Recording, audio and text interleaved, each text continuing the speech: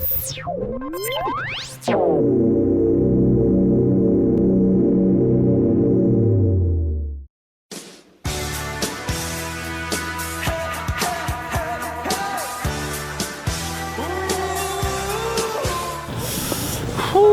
life could be an 80s movie. It would have to be... I would have to say Ferris Bueller's Day Off, just because he's so clever, and I feel like he was kind of like the basis of like pretending that you're sick to get out of going to school, and I just feel like he kind of started that, and it's just a good movie, so. Ferris Bueller's Day Off, yeah, it would have to be Ferris Bueller. Probably Breakfast Club. That's so cliche, but Breakfast Club definitely, because that's just kind of the group of people I hung out with.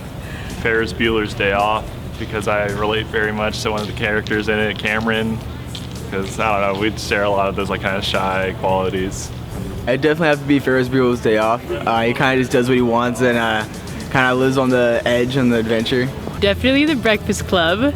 And I'd have to say, because with me and my friends, I would consider us the Breakfast Club. We're just a couple of basket cases all came together. Probably Pretty in Pink.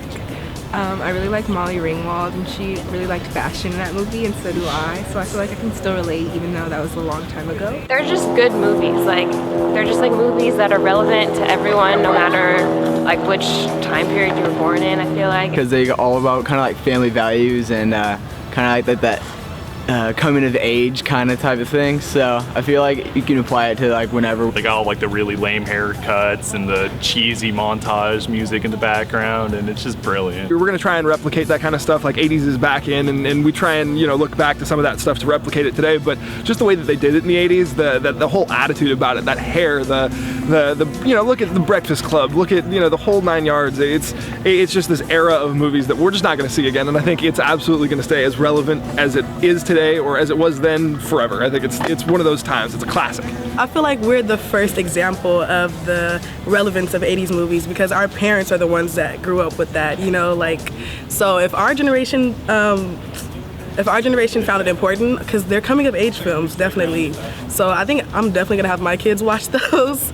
Definitely say so, because for sure I don't remember any like big movies in the early 2000s, but everyone knows like the 80s movies for sure. Like, I mean, they're just timeless, just like music. For more information on our stories, you can go to theorion.com.